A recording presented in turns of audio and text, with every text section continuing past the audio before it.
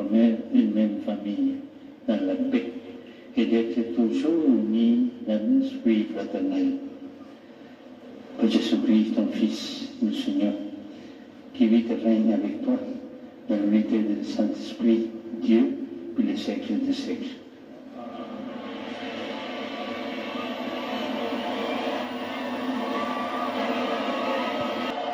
Mondeco essengo gioia, la gioia di vedervi e incontrarvi è grande. Ho tanto desiderato questo momento, ci ha fatto aspettare un anno, Grazie di essere qui.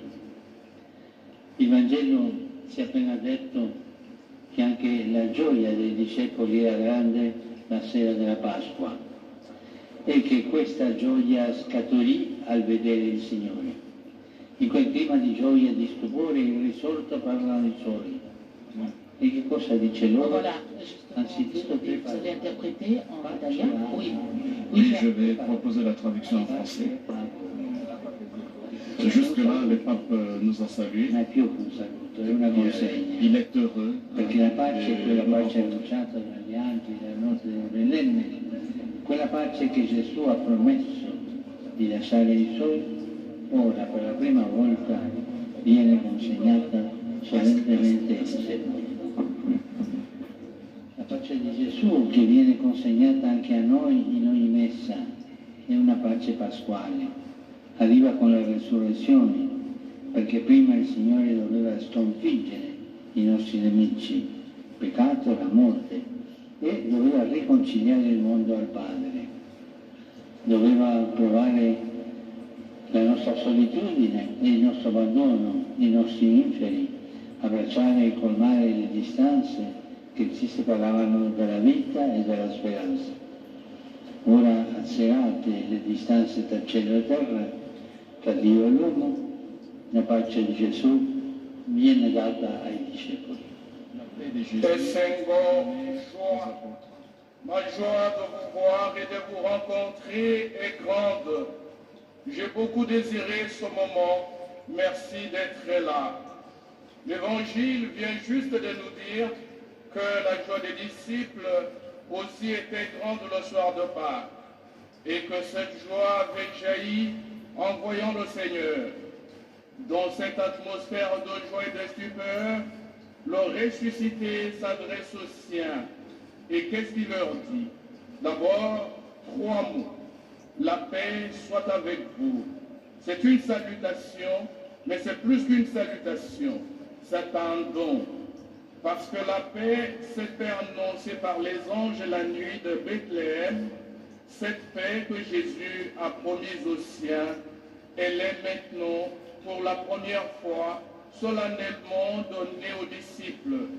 La paix de Jésus, qui nous est également donnée en chaque messe, est pascale. Elle vient avec la résurrection, parce que le Seigneur devait d'abord vaincre nos ennemis, le péché et la mort, et réconcilier le monde avec nos pères. Il devait éprouver notre solitude et notre abandon, nos enfers, embrasser et combler les distances qui nous séparaient de la vie et de l'espérance. Maintenant, les distances entre le ciel et la terre, entre Dieu et l'homme étant annulées, la paix de Jésus est donnée aux disciples. Mettiamoci dunque dalla loro parte. Quel giorno erano completamente tramortiti dallo scandalo della croce, feriti dentro per aver abbandonato Gesù dandosi alla fuga, delusi per l'epilogo della sua vicenda, timorosi di fare la sua stessa fine. In loro c'erano sensi di colpa, frustrazione, tristezza, paura. Ebbene, Gesù proclama la pace mentre nel cuore dei discepoli ci sono le macerie. Annuncia la vita mentre loro sentono dentro la morte. In tale parole la pace di Gesù arriva nel momento in cui tutto per loro sembrava finito, nel momento più inatteso e inesperato, quando non c'erano spiragli di pace. Così fa il Signore, ci stupisce, ci tende la mano quando stiamo per approfondire, ci rialza quando tocchiamo il fondo. Fratelli, sorelle, con Gesù il male non ha mai la meglio, non ha mai l'ultima parola. E infatti è la nostra pace e la sua pace vince sempre. Allora, noi che siamo di Gesù, non possiamo lasciare che in noi prevalga la tristezza, non possiamo permettere che si serpeggino rassegnazioni e fatalismo. Se intorno a noi si respira questo clima, così non sia per noi. In un mondo scoraggiato per la violenza e la guerra, i cristiani fanno come Gesù. Lui, quasi insistendo, ha ripetuto ai discepoli: pace, pace a voi. E noi siamo chiamati a fare nostro e dire al mondo questo annuncio di pace, ispirato e profetico del Signore, annuncio di pace. Mettons-nous de leur côté. Ils étaient ce jour-là complètement abasourdis par le scandale de la croix, blessés intérieurement d'avoir abandonné Jésus en fuyant, déçus de l'issue de son histoire, craignant de finir comme lui. Il y avait en eux de la culpabilité, de la frustration, de la tristesse, de la peur. Eh bien, alors que dans le cœur des disciples ce sont des ruines, Jésus proclame la paix. Alors qu'ils ressentent en eux la mort, il annonce la vie. En d'autres termes, la paix de Jésus survient au moment où tout semble fini pour eux, au moment le plus inattendu et inespéré, où il n'y a aucune lueur de paix. Ainsi fait le Seigneur. Il nous étonne. Il tend la main lorsque nous sommes sur le point de sombrer. Il nous relève quand nous touchons le fond. Frères et sœurs, avec Jésus, le mal ne l'emporte jamais. Il n'a jamais le dernier mot. C'est lui, le Christ, qui est notre paix. Et sa paix est victorieuse. C'est pourquoi, nous qui appartenons à Jésus, nous ne pouvons pas laisser la tristesse l'emporter sur nous. Nous ne pouvons pas laisser la résignation et le fatalisme s'installer. Si l'on respire cette atmosphère autour de nous, qu'il n'en soit pas ainsi pour nous. Dans un monde découragé par la violence et la guerre, les chrétiens doivent faire comme Jésus. Il a répété avec insistance aux disciples: la paix soit avec vous. Et nous sommes appelés à faire nôtre e a dire au monde cette annonce inespérée e profetica di pace. Ma possiamo chiederci come custodire e coltivare la pace di Gesù? Egli stesso ci indica tre sorgenti di pace, tre fonti per continuare ad alimentarla. Sono il perdono, la comunità e la missione. Vediamo la prima sorgente, il perdono. Gesù dice ai suoi: a coloro a cui perdonerete i peccati saranno perdonati. Ma prima di dargli all'Apostolo il potere di perdonare, li perdona. Non a parole, ma con un gesto. Il primo che il risorto compie davanti a loro. Egli, dice il Vangelo, mostra loro le mani e il fianco. Mostra cioè le piaghe, le offre loro, perché il perdono nasce dalla ferite. Nasce quando le ferite subite non lasciano cicatrici di odio, ma diventano il luogo in cui fare posto ad altri ed accoglierne le debolezze. Allora le fragilità diventano opportunità e il perdono diventa la via della pace. Non si tratta di lasciarsi tutto alle spalle come se niente fosse, ma di aprire agli altri il proprio cuore con amore. Così fa Gesù davanti alla miseria di chi lo ha rinnegato e abbandonato, mostra le ferite e apre la fonte della misericordia. Gesù non usa tante parole, ma spalanca il suo cuore ferito per dirci che Lui è sempre ferito d'amore per noi. Mais nous demandons-nous, Comment garder et cultiver la paix de Jésus? Lui-même nous indique 3 sources de paix. 3 sources pour continuer à la cultiver. Elles sont le pardon, la communauté et la mission. Voyons la première source, le pardon. Jésus dit aux siens, à qui vous remettrez ses péchés, ils seront remis. Cependant, avant de donner aux apôtres le pouvoir de pardonner, il leur pardonne, non pas avec des mots, mais avec un geste. Le premier que le ressuscité accomplit devant eux. L'Évangile dit, il leur montra ses mains et son côté, c'est-à-dire qu'il leur montre ses plaies. Il leur offre, parce que le pardon naît de blessures. Il naît lorsque les blessures subies ne laissent pas des cicatrices de haine, mais deviennent le lieu où faire de la place aux autres et accueillir leurs faiblesses. Les fragilités deviennent alors des opportunités et le pardon devient le chemin de la paix. Il ne s'agit pas de tout laisser derrière soi comme si de rien n'était, mais d'ouvrir son cœur aux autres avec amour. C'est ce que fait Jésus. Face à la misère de ceux qui l'ont renié, abandonné, il montre ses plaies et ouvre la source de la miséricorde. Il n'utilise pas beaucoup de mots, mais il ouvre grand son cœur blessé pour nous dire qu'il est toujours blessé d'amour pour nous. Fratelli, sorelle, quando la colpa e la tristezza ci opprimono, quando le cose non vanno, sappiamo dove guardare, alle piaghe di Gesù, pronto a perdonarci con il suo amore ferito e infinito. Lui conosce le tue ferite, conosce le ferite del tuo paese, conosce le ferite del tuo popolo, della tua terra. Sono ferite che bruciano, continuamente infettate dall'odio e dalla violenza, mentre la medicina della giustizia e il balsamo della speranza sembra non arrivare mai. Fratello, sorella, Gesù soffre con te, vede le ferite che porti dentro e desidera consolarti e guarirti, posendoti il suo cuore ferito.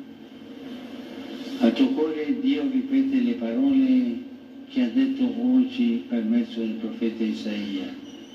Voglio sanarlo, guidarlo e offrirgli consolazione. Insieme oggi crediamo che con Gesù c'è sempre la possibilità di essere perdonati e ricominciare, e pure la forza di perdonare se stessi, gli altri e la storia. Cristo questo desidera, ungerci con il suo perdono per darci la pace e il coraggio di perdonare a nostra volta, il coraggio di compiere una grande amnistia del cuore. Quanto bene ci fa ripulire il cuore dalla rabbia, dai rimorsi, da ogni rancore e livore. Carissimi, sia oggi il momento di grazia per accogliere e vivere il perdono di Gesù. Sia il momento giusto per te che porti un fardello pesante sul cuore e hai bisogno che sia tolto per tornare a respirare. E sia il momento propizio per te che in questo paese ti dici cristiano ma commetti violenze. A te il Signore dice: deponi le armi, abbraccia la misericordia. E a tutti i feriti e gli oppressi di questo popolo dice: non temete di mettere le vostre ferite nelle mie, le vostre piaghe nelle mie piaghe. Facciamolo, fratelli e sorelle, non abbiate paura di togliere il crocifisso dal collo e dalle tasche, di prenderlo tra le mani e portarlo vicino al cuore per condividere le vostre ferite con quelle di Gesù. Tornati a casa, prendete pure il crocifisso che avete e abbracciatelo. Diamo a Cristo la possibilità di risanarci il cuore. Gettiamo in Lui il passato, ogni paura e affanno. Che bello aprire le porte del cuore e quelle di casa alla sua pace. E perché non scrivere nelle vostre stanze sui vostri abiti, fuori dalle vostre case le sue parole, pace a voi. Mostratele, saranno una profezia per il Paese. La benedizione del Signore su chi incontrate. Pace a voi. Lasciamoci perdonare da Dio e perdoniamoci tra di noi. Frères et sœurs, lorsque la culpabilité et la tristesse nous oppressent, lorsque les choses ne vont pas bien, nous savons regarder vers les plaies de Jésus, prêt à nous pardonner avec son amour blessé et infini. Il connaît tes blessures, il connaît les blessures de ton pays, de ton peuple, de ta terre. Ce sont des blessures qui brûlent, continuellement infectées par la haine et la violence, alors que le remède de la justice et le baume de l'espérance ne semblent jamais arriver. Frères, sœurs, Jésus souffre avec toi. Il voit les blessures que tu portes en toi et désire te consoler et te guérir. En te présentant son cœur blessé, Dieu répète à ton cœur les paroles qu'il a prononcées aujourd'hui par le prophète Isaïe. Je le guérirai, je le conduirai, je le comblerai de consolation. Ensemble, aujourd'hui, nous croyons qu'il y a toujours avec Jésus la possibilité d'être pardonné et de recommencer, et aussi trouver la force de pardonner à soi-même, aux autres et à l'histoire. C'est ce que le Christ veut, nous oindre de son pardon pour nous donner la paix et le courage de pardonner à notre tour, le courage d'accomplir une grande amnistie du cœur. Comme il nous est bon de purifier nos cœurs de la colère, de remords, de tout ressentiment et de toute rancœur.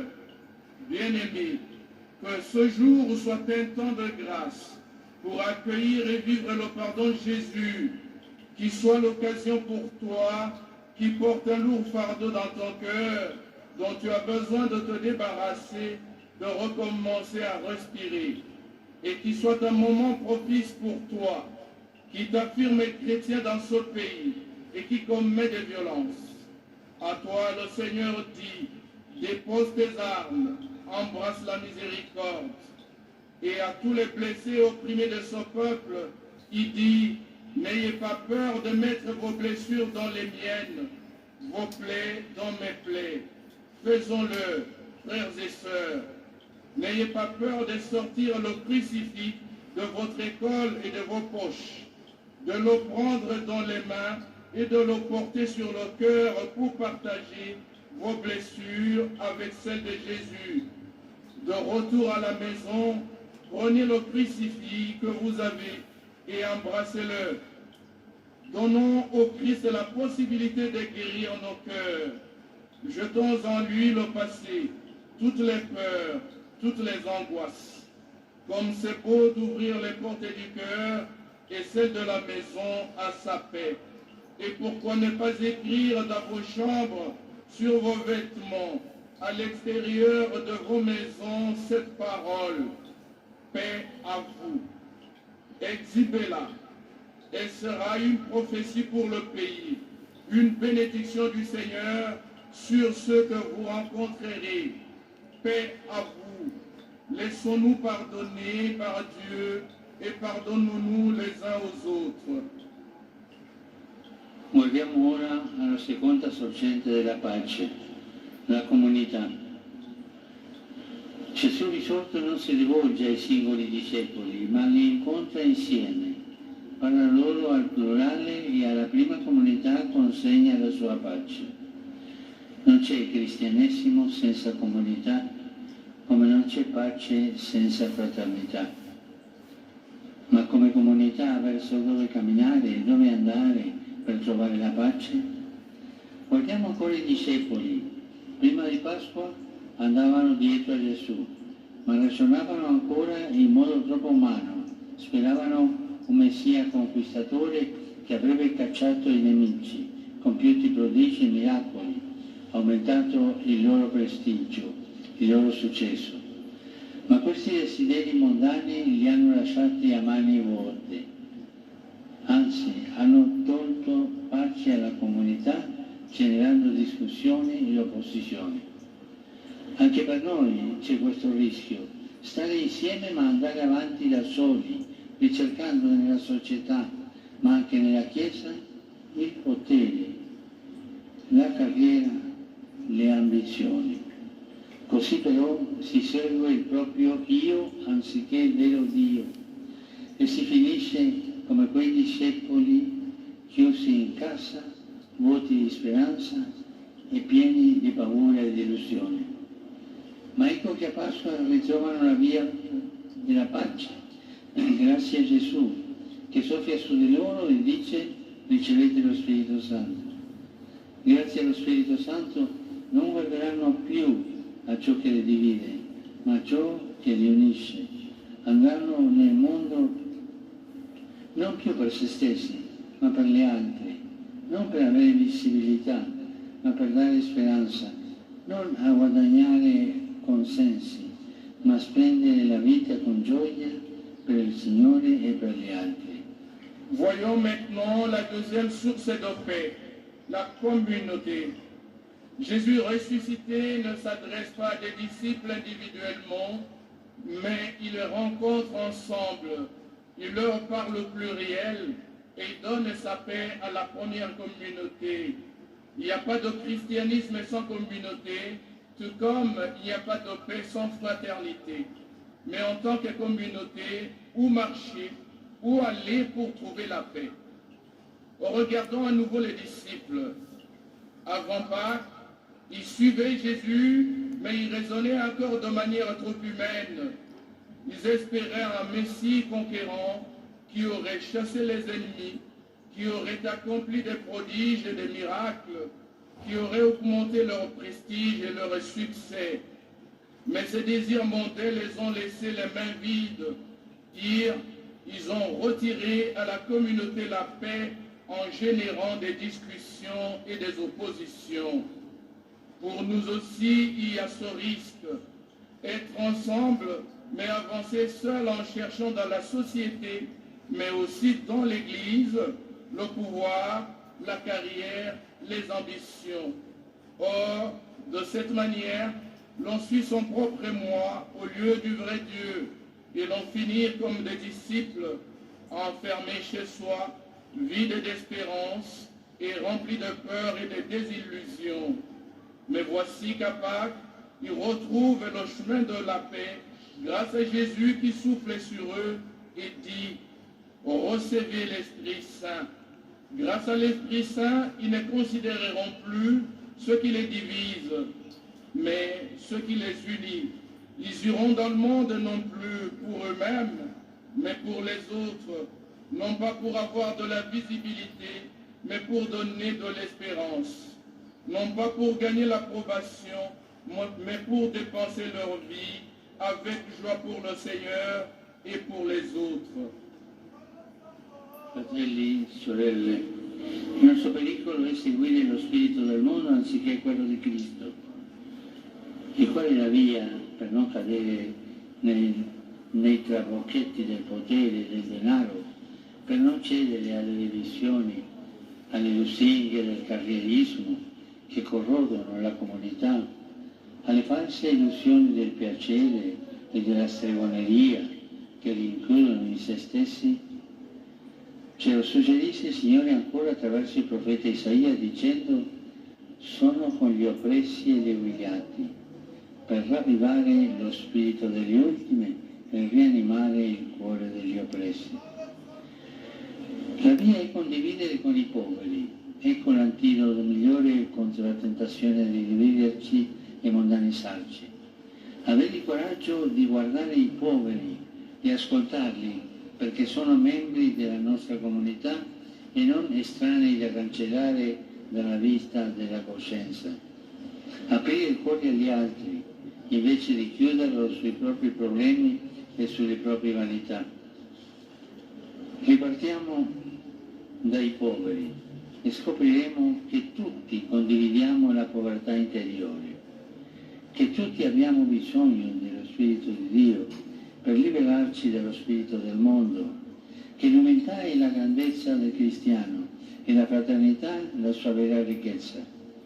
Crediamo nella comunità e con l'aiuto di Dio edifichiamo una Chiesa vuota di spirito mondano e piena di Spirito Santo, libera da ricchezze per se stessi e colma di amore fraterno. Frères et sœurs, le danger pour nous est de suivre l'esprit du monde plutôt que celui du Christ. Et quel est le moyen de ne pas tomber dans les pieds du pouvoir et de l'argent, de ne pas céder aux divisions, aux flatteries, du carriérisme qui ronge la communauté, aux fausses illusions du plaisir et de la sorcellerie qui renferment en soi-même. Le Seigneur nous le suggère à nouveau par l'intermédiaire du prophète Isaïe en disant « Je suis avec qui est broyé, humilié dans son esprit, pour animer l'esprit des humiliés, pour animer le cœur de ceux qu'on a broyés. » Le moyen, c'est de partager avec les pauvres. Voilà le meilleur antidote contre la tentation de nous diviser et de devenir mondains. Avoir le courage de regarder les pauvres et de les écouter, car ils sont des membres de notre communauté et non pas des étrangers à ôter de notre vue et de notre conscience.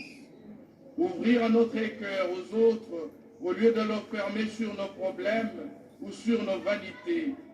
Repartons des pauvres et nous découvrirons que nous partageons tous une pauvreté intérieure, que nous avons tous besoin de l'Esprit de Dieu pour nous libérer de l'esprit du monde, que l'humilité est la grandeur du chrétien et la fraternité sa vraie richesse.